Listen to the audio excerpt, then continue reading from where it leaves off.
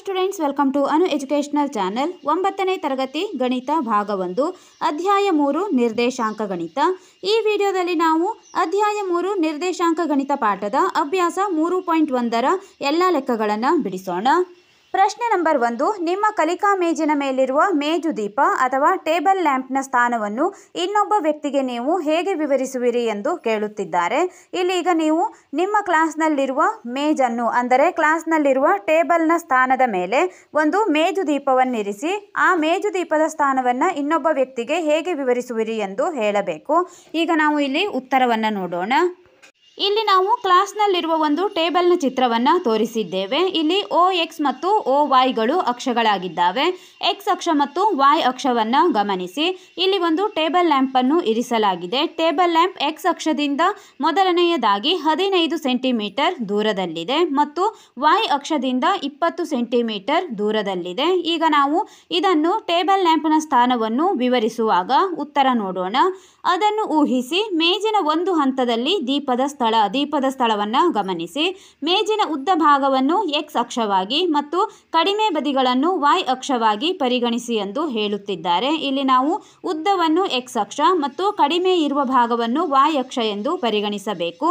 ದೀಪವು ಮೇಜಿನ ಉದ್ದದ ಬದಿಯಿಂದ 15 ಘಟಕಗಳಷ್ಟು ದೂರದಲ್ಲಿದೆ ಎಂದು ಊಹಿಸಿ. ಇಲ್ಲಿ ದೀಪವು X ಅಕ್ಷದಿಂದ 15 ಸೆಂಟಿಮೀಟರ್ ದೂರದಲ್ಲಿದೆ ಮತ್ತು ಇಲ್ಲಿ ದೀಪವು ಮೇಜಿನ ಚಿಕ್ಕ ಭಾಗದಿಂದ 20 ಘಟಕಗಳಷ್ಟು ದೂರದಲ್ಲಿದೆ ಎಂದು ಹೇಳುತ್ತಿದ್ದಾರೆ. ಅಂದರೆ ಇಲ್ಲಿ Y ಅಕ್ಷವನ್ನು ವಿವರಿಸಲಾಗಿದೆ. ಇಲ್ಲಿ ದೀಪವು ಮೇಜಿನ ಚಿಕ್ಕ ಭಾಗದಿಂದ 20 ಸೆಂಟಿಮೀಟರ್ನಷ್ಟು ದೂರವಿದೆ. ಇಲ್ಲಿ ನೀವು 15 ಸೆಂಟಿಮೀಟರ್ ಮತ್ತು 25 ಸೆಂಟಿಮೀಟರ್ಗಳನ್ನು ಗಮನಿಸಿ.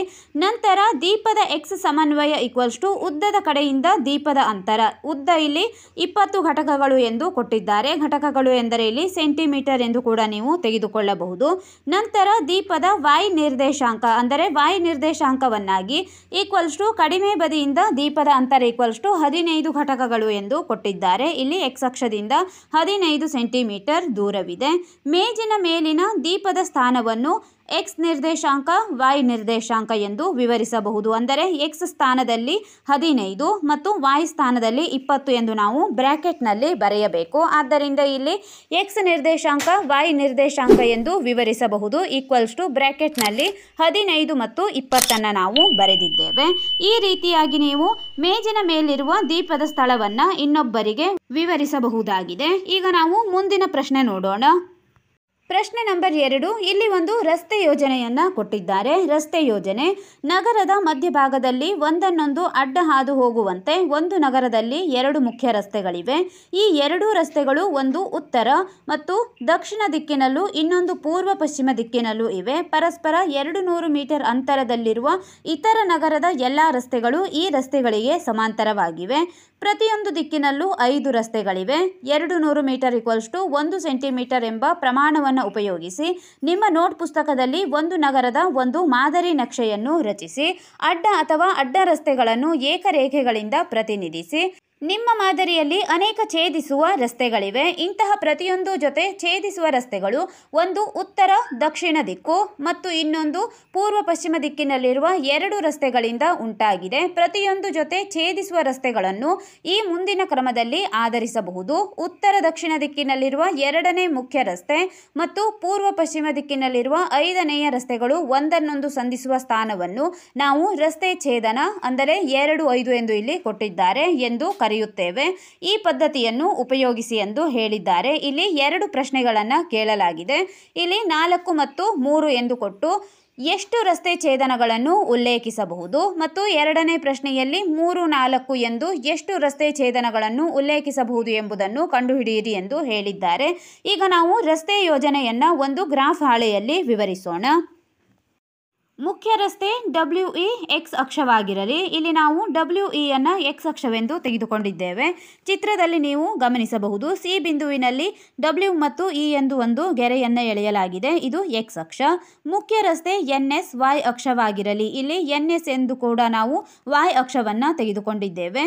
ಇಲ್ಲಿ S1, S2, S3, S4 ಮತ್ತು S5ಗಳು ಪರಸ್ಪರ ಛೇದಿಸುವ ಸಮಾಂತರ ರೇಖೆಗಳು. ಇಲ್ಲಿ ನೀವು S1, S2, S3, S4 ಮತ್ತು S5ಗಳನ್ನು ನೋಡಬಹುದು. ಇವು ಪರಸ್ಪರ ಛೇದಿಸುವಂತಹ ಸಮಾಂತರ ರೇಖೆಗಳಾಗಿದ್ದಾವೆ. ಸಿ ನಗರದ ಮಧ್ಯಭಾಗ. ಇಲ್ಲಿ ಡಬ್ಲ್ಯೂ ಮತ್ತು ಎಸ್ ಇರುವ ಜಾಗದಲ್ಲಿ ನೀವು ಸಿ ಅನ್ನು ಗಮನಿಸಬಹುದು. ಸಿ ಎನ್ನುವುದು ಇಲ್ಲಿ ನಗರದ ಮಧ್ಯಭಾಗವಾಗಿದೆ. ಅಡ್ಡ ರಸ್ತೆಗಳು ಪರಸ್ಪರ ಲಂಬವಾಗಿವೆ. ಅಡ್ಡ ರಸ್ತೆಗಳನ್ನು ಗಮನಿಸಿ, ಇವು ಪರಸ್ಪರ ಲಂಬವಾಗಿವೆ, ಅಂದರೆ ಇವು 90 ಡಿಗ್ರಿಗೆ ಸಮನಾಗಿವೆ ಎಂದು ಊಹಿಸಬಹುದು. ಈಗ ಮೊದಲನೇ ಪ್ರಶ್ನೆ ನೋಡೋಣ. 4, 3 ಎಂದು ಕೇವಲ ಒಂದು ಛೇದನ ರೇಖೆಯನ್ನು ಉಲ್ಲೇಖಿಸಬಹುದು. ಇಲ್ಲಿ ನೀವು 4 ಮತ್ತು 3 ಬಿಂದುವನ್ನು ಗಮನಿಸಿ. ಕೊನೆಯ ಬಿಂದು 4 ಮತ್ತು 3 ಎಂದು ನಾವು ಗುರುತಿಸಿದ್ದೇವೆ. ಆದ್ದರಿಂದ ಇಲ್ಲಿ 4, 3 ಎಂದು ಕೇವಲ ಒಂದು ಛೇದನ ರೇಖೆಯನ್ನು ನಾವು ಇಲ್ಲಿ ಉಲ್ಲೇಖಿಸಬಹುದು. ಮತ್ತು ಎರಡನೇ ಪ್ರಶ್ನೆಯ ಉತ್ತರವಾಗಿ 3, 4 ಎಂದು ಕೇವಲ ಒಂದು ಛೇದನ ರೇಖೆಯನ್ನು ಉಲ್ಲೇಖಿಸಬಹುದು ಎಂದು ನಾವು ಬರೆದಿದ್ದೇವೆ. ಇಲ್ಲಿ ನೀವು ಎರಡನೇ ಬಿಂದುವಿನಲ್ಲಿ 3 ಮತ್ತು 4 ಗಮನಿಸಬಹುದು. ಅಂದರೆ ಇಲ್ಲಿ ಎಕ್ಸ್ ಅಕ್ಷ 3 ಮತ್ತು ವೈ ಅಕ್ಷವನ್ನು 4 ಎಂದು ನಾವು ತೆಗೆದುಕೊಂಡಿದ್ದೇವೆ.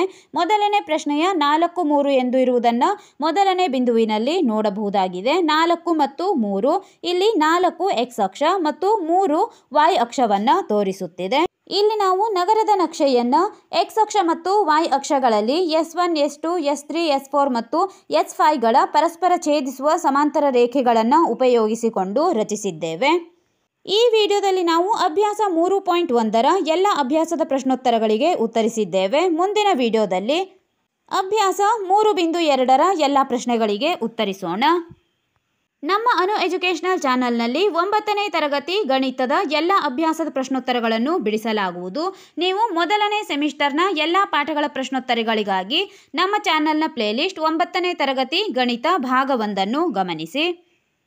ನಮ್ಮ ಚಾನಲ್ನ ಎಲ್ಲ ಹೊಸ ವಿಡಿಯೋಗಳಿಗಾಗಿ ಅನು ಎಜುಕೇಷನಲ್ ಚಾನಲ್ನ ಲೈಕ್ ಮಾಡಿ, ಶೇರ್ ಮಾಡಿ, ಸಬ್ಸ್ಕ್ರೈಬ್ ಮಾಡಿ, ಹಾಗೆ ಪಕ್ಕದಲ್ಲಿರುವ ಬೆಲ್ ಐಕಾನ್ ಪ್ರೆಸ್ ಮಾಡಿ.